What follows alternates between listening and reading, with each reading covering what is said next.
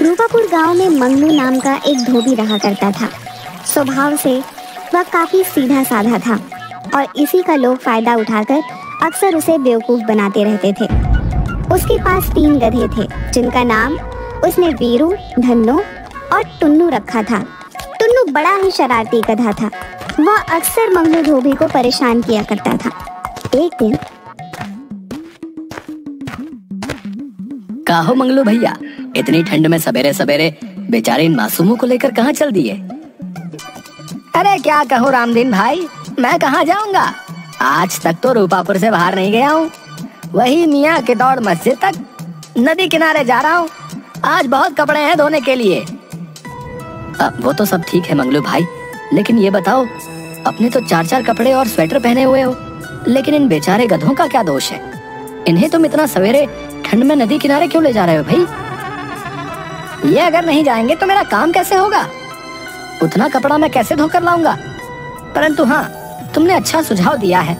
मैं कल ही शीला से बोलूंगा कि इन सभी के लिए स्वेटर बुन दे, ताकि ये लोग और अच्छे से काम कर सकें। अरे मालिक, ये आपको बेवकूफ बना रहा है। हम गधों को ठंड नहीं लगती, आपको गधा बना रहा है मालिक। अरे टुन्नू, तू भी क्या गधे जैसी बातें कर रहा है? अपने आप को बेवकूफ साबित कर रहा है। बोल के गधा नहीं, मालिक आपको उल्लू बना रहा है। सही जा रहे हो दोस्त, बिल्कुल सही जा रहे हो। एक गधा दूसरे गधे को गधा बना रहा है। अरे वीरू, तुम भी तो अपने आप को गधे ही साबित करने पर तुले हो। गधे जैसी बात करने की जगह उल्लू जैसी बात कर रहे हो। इस तरह तीनों गधे वीरू, धन्नो और टुन्नू आपस में बात करते हुए नदी किनारे पहुंच जाते हैं। मंगलू उनकी पीठ पर से कपड़े उतारकर एक एक कर धोने लगता है। साधु बहुत देर तक देखता है कि मंगलू तन मन से इतनी ठंडी में मेहनत कर रहा है। उसका काम और लगन देख साधु प्रसन्न हो जाता है। इतनी सुबह सुबह जब लोग इस ठंड में घर में कंबलों में दुबके पड़े हैं, तुम यहाँ नदी किनारे पानी में कपड़े धो रहे हो। क्या तुम्हें ठंड नहीं लगती? लगती है ना महाराज, ठंड तो हमें भी लगती है, लेकिन क्या करें, इतने कपड़े हैं कि धोते धोते 12 बज जाएंगे, इसलिए सुबह ही कपड़े धोने निकल लिए। तुम्हारी अपने काम के प्रति मेहनत और लगन देखकर मैं बहुत प्रसन्न हुआ। तुम कोई भी एक वरदान मांगो, तुम्हारी वो इच्छा मैं पूरी करूंगा। महाराज, मुझे लोग कहते हैं कि मैं बेवकूफ हूँ। अगर मैं आपसे वर मांग लिया तो मेरी पत्नी नाराज हो जाएगी, इसलिए मैं पत्नी से पूछकर ही वर मांगूंगा। ठीक है, तुम्हारा ये वरदान मुझ पर उधार रहा। तुम जब चाहो मुझे याद करके मुझसे वरदान मांग सकते हो। इतना कहकर साधु वहाँ से चला गया। मंगलू धोबी अपने काम में लग गया। सारे कपड़े धोने के बाद मंगलू अपने तीनों गधों के पीठ पर कपड़ा लादकर अपने घर पहुँच जाता है। शीला, अरे ओ शीला, अरे कहाँ गई? लो, मैं सारा कपड़ा धोकर ले आया हूँ, इसे मैदान में फैला कर सुखा दो। हाँ हाँ आई। दिन रात गधे जैसा खटते रहती हूँ, फिर भी मन लायक खाना तक नसीब नहीं होता। ऊपर से तुम्हारे जैसा बेवकूफ पति भगवान ने दे दिया है। देखा धन्नो, मालकिन हम लोगों की बड़ाई कर रही है। बोल रही है कि गधा जैसा खटती है, यानी हम लोग बहुत काम करते हैं। हाँ, कभी कभी भुलाए हुए गधे जैसा मार भी पड़ता है। गधे जैसा खटने से याद आया, रामदीन भाई कह रहे थे कि इन तीनों को ठंड में स्वेटर बनवा देने के लिए। बेचारे कितने खटते हैं। मैं ऊन ला दिया हूँ, तुम इनके लिए स्वेटर बुन दो। हे भगवान, मैं आपका क्या बिगाड़ी थी जो इतना बेवकूफ पति मुझे ही दे दिए। आज तक किसी गधे को तुमने स्वेटर पहने देखा है? और तरीके, मुझे तो ये ध्यान में ही नहीं आया। दुकानदार मुझे बोल ही रहा था कि ऊन तो ले जा रहे हो इन गधों के लिए, लेकिन मैं वापस नहीं करूंगा, सोच समझ कर लो। मैं तो उसी समय मालिक से बोल रहा था मालकिन कि रामदीन आपको बेवकूफ बना रहा है, लेकिन मालिक हम गधों की भाषा समझ ही नहीं पाते। ऊपर से ढेंचू ढेंचू करने पर मुझे 2 डंडे भी मार दिए। अबे टुन्नू, ज्यादा मत बोल, हम गधों की भाषा मालकिन भी नहीं समझती। ज्यादा ढेंचू ढेंचू मत कर, नहीं तो मालकिन अभी सनकी हुई है, सारी कसर तुम्हीं पर उतार देंगी। अरे इस पर गुस्सा उतारे तब तो ठीक ही है, लेकिन इसके चलते हम बेकसूर भी मारे जाएंगे। सब खड़े खड़े मुंह क्या देख रहे हो? जल्दी जाओ और दुकानदार से ऊन वापस कर पैसे लेकर आओ। अगर तुम आज पैसे लेकर नहीं आए तो तुम्हारी खैर नहीं। मंगलू धोबी उल्टे पैर वापस बाजार जाता है। भैया ये ऊन वापस कर दो और मुझे मेरे पैसे लौटा दो। गधों को ठंड थोड़े लगती है। देखो भैया, मैं तुमसे पहले ही कह रहा था कि सोच समझ के ऊन लो, ये वापस नहीं होगा। लेकिन तुमने माना नहीं और बोले कि हमें ऊन दे दो, इसलिए अब मैं इसे नहीं लौटाऊंगा।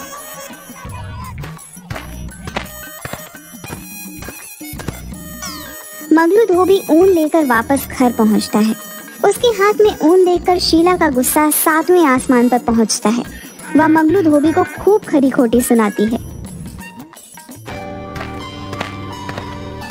अरे क्या हुआ शीला, क्यों बेचारे मंगलू को भला बुरा कह रही हो? कि इतना बुद्धू है कि कोई भी इसे बेवकूफ बना देता है।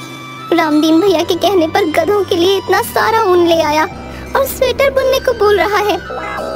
वैसे 4 गधों के लिए ऊन थोड़ा कम है। पर हमारे पास तो 3 ही गधे हैं। अच्छा, गांव के सभी लोग इसको गधा बनाते हैं और तू अभी भी इसे आदमी ही मान रही है। ठीक है, चलता हूँ। वैसे इस गधे से तीनों गधे ज्यादा स्मार्ट हैं।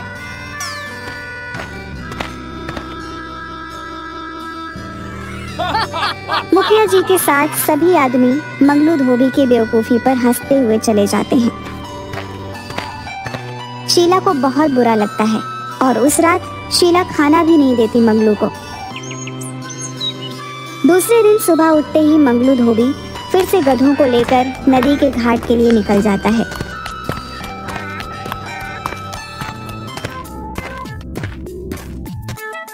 क्यों भाई, गधों को स्वेटर नहीं पहनाया है क्या?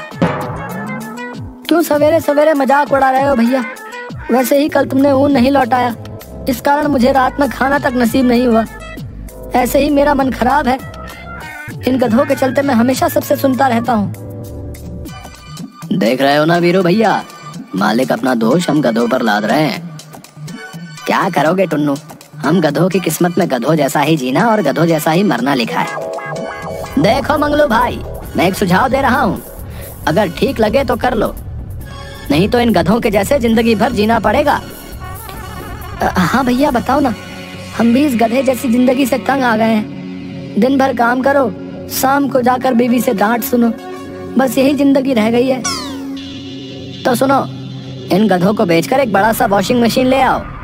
उसमें तुम्हें कपड़ों को धोने में मेहनत भी नहीं पड़ेगी और ना ही सुखाने में, बल्कि जो टाइम मिलेगा उसमें तुम दूसरे काम भी कर सकते हो। कब तक बेवकूफ बने रहोगे? होशियार बनो, होशियार, समझे? बात तो पता है कि कह रहे हो भैया, मैं आज ही इन्हें बेचकर शहर से वॉशिंग मशीन लेकर आता हूँ। वैसे भी काम करते करते अब मैं थक चुका हूँ। वीरू भैया कह दो इनसे हमें बेचने की कोशिश ना करें, मैं तो उलट्टी उलट्टी मार दूंगा तो फिर ना कहना। अरे अरे अरे, गुस्सा नहीं करते टुन्नू भाई, अब मालिक जो चाहे वो कर सकता है। हो सकता है हम लोगों को इससे भी अच्छा मालिक मिले। अब ये तो उनकी मर्जी है, हम लोग तो गुलाम हैं। यहाँ भी काम करना है और वहाँ भी काम करना है, इतना गुस्सा अच्छा नहीं। बात तो तुम ठीक कह रहे हो वीरू भैया, लेकिन हमें चिंता इस बात की है कि हमारे मालिक बेवकूफ हैं, जल्दी दूसरों की बातों में आ जाते हैं, आगे पीछे सोचते नहीं। अगर वॉशिंग मशीन लेंगे तो गांव में बिजली है तो नहीं, फिर उसे चलाएंगे कैसे? मंगलू धोबी बिना सोचे समझे यह सोच कर कि दुकानदार की बातों में दम है, अब हम भी मॉडर्न धोबी बन जाएंगे और कम समय में बिना ज्यादा मेहनत के ज्यादा से ज्यादा पैसा कमाएंगे। यही सोचकर मंगलू धोबी अपने गधों को एक धोबी को बेचकर उन पैसों से शहर से बड़ा सा वॉशिंग मशीन लेकर सीधा अपने घर चला आता है। घर पहुंचते ही उस बड़े सी वॉशिंग मशीन को देखने के लिए पूरा गांव मंगलू धोबी के घर पर उमड़ पड़ता है। मंगलू धोबी अपने बेटे बबलू को पैसे देकर हलवाई की दुकान से लड्डू मंगवाता है और सारे गांव वालों को बांटता है। अरे वाह मंगलू, तुमने तो कमाल कर दिया भाई। हमारे गांव में पहली वॉशिंग मशीन है जिसे तुम खुद खरीद कर लाए हो। अब हम लोग भी शान से कहेंगे कि हमारी धोबी हमें मशीन में कपड़े धोकर और सुखा कर देता है। मंगलू धोबी ने हमारे गांव का नाम रोशन कर दिया। अगल बगल 200 गांव में किसी के पास वॉशिंग मशीन नहीं है। ये हमारे गांव की उपलब्धि है, उपलब्धि। अतः हम सब मुखिया जी से आग्रह करते हैं कि मंगलू धोबी को एक शॉल गिफ्ट कर उसे सम्मानित किया जाए। मुखिया जी दुकानदार से एक शॉल मंगवाकर मंगलू धोबी को सम्मानित भी करते हैं। मंगलू धोबी सहित उसके परिवार का सीना चौड़ा हो गया था, क्योंकि आज पूरा गांव उसकी जय जयकार कर रहा था। मंगलू धोबी एक लंबा चौड़ा भाषण दे डालता है।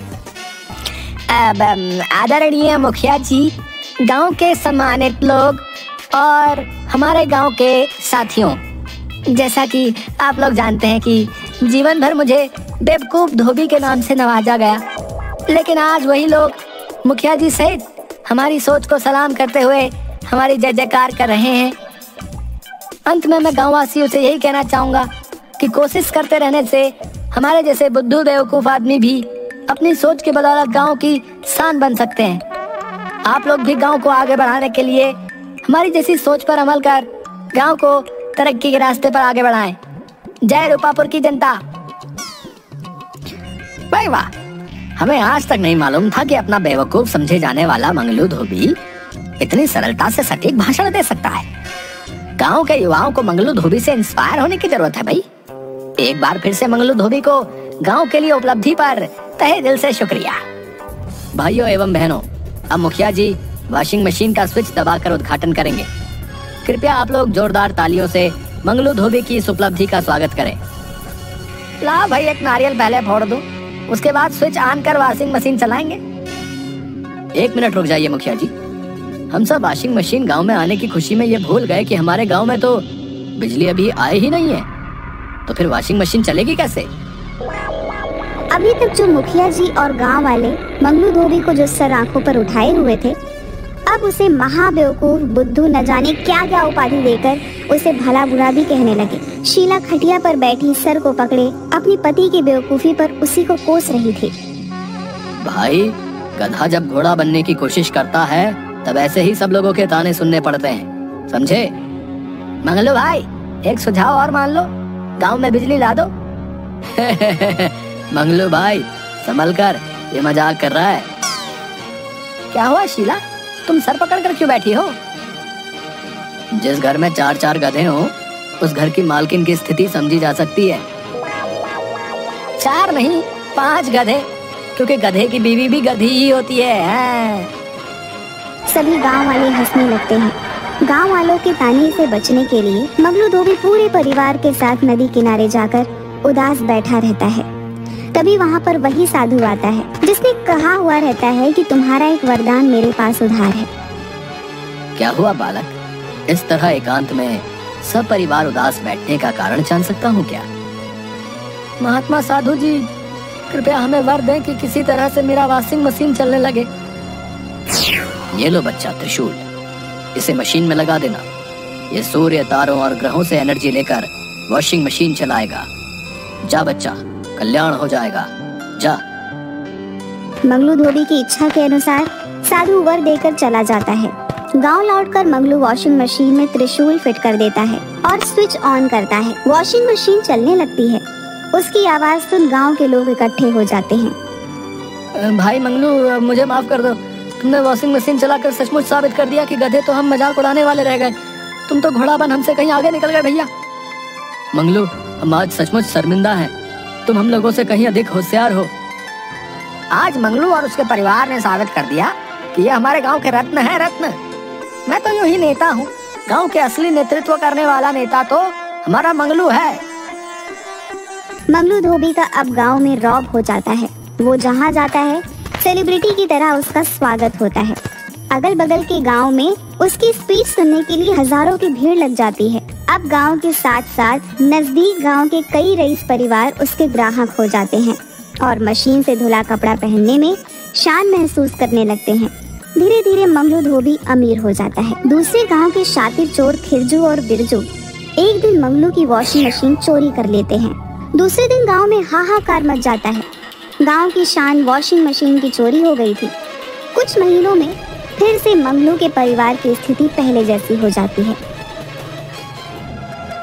खिरजू, हमने मशीन तो चोरी कर ली, पर ये चलेगा कैसे? साला, हम लोग 3 महीने से इसे चलाने की कोशिश कर रहे हैं। त्रिशूल को लगता है घुमाना पड़ेगा। रुको, आज मशीन हम चला कर रहेंगे। जैसे ही त्रिशूल खिरजू घुमाता है, वॉशिंग मशीन का ढक्कन ओपन हो जाता है। और खिरजू एवं बिरजू दोनों को अंदर खींच लेता है और उन्हें गोल गोल घुमाना शुरू कर देता है। अरे बाप रे, अरे कोई बचाओ हमें, अरे अरे उल्टी हो रही है, अरे चक्कर आ रहा है, अरे कोई तो रोको इस मशीन को। अब हम चोरी कभी नहीं करेंगे, बचाओ। खिरजू तू मुझे दुलत्ती क्यों मार रहा है? अरे मैं क्यों मारूंगा, अरे हमें तो उत्तर दक्षिण पूरब पश्चिम सब एक लग रहा भैया। अरे बस करो मशीन देवता, अरे मैं तुम्हें मंगलू धोबी के यहाँ खुद लेकर जाकर रख दूंगा। अबे बिरजू तू भी कुछ बोलेगा या सिर्फ मैं ही माफी मांगता रहूं? हाँ मशीन देवता, हम दोनों मंगलू धोबी से नाक रगड़ कर माफी मांगेंगे। चोरी तो दूर, अपना सामान भी 4 बार सोच कर छुएंगे। तभी एकाएक वॉशिंग मशीन रुक जाती है। खिरजू और बिरजू दोनों इलाज कराने के बाद तुरंत मंगलू के घर वॉशिंग मशीन लेकर पहुंचते हैं और उनसे माफी मांगते हैं। दोनों को पुलिस ले जाती है। गांव में फिर से बाहर आ जाती है। मंगलू धोबी की स्थिति फिर से अच्छी हो जाती है, लेकिन और धोबियों की हालत खराब हो जाती है। मंगलू को ये अच्छा भी नहीं लग रहा था। एक दिन फिर वह नदी किनारे से गुजर रहा था कि वही साधु फिर से उसे मिलता है। कैसे हो बच्चा? आपकी कृपा से सब अच्छा चल रहा है बाबा, लेकिन अगर हमारी तरह सबका अच्छा होता तो बहुत अच्छा होता। तुम कहना क्या चाहते हो? किसी तरह हमारे गांव में भी बिजली आ जाती तो अच्छा रहता। मैं जानता हूँ बच्चा, तुम्हारे जैसा सबके बारे में अच्छा सोचने वाले की ही संसार को जरूरत है। जाओ बच्चा, कल्याण हो। गांव पहुंचने पर उसी समय राजधानी से कुछ इंजीनियर मुखिया जी के पास आते हैं और बताते हैं कि मुख्यमंत्री ने इस गांव को 1 सप्ताह के अंदर बिजली पहुंचाने का आदेश दिया है। 1 सप्ताह के अंदर पूरे गांव में बिजली के खंभे लग जाते हैं और मुख्यमंत्री खुद उस गांव में आकर बिजली का उद्घाटन मंगलू धोबी की वॉशिंग मशीन को चलाकर करते हैं। अब बेवकूफ मंगलू धोबी पूरे गांव का शान बन जाता है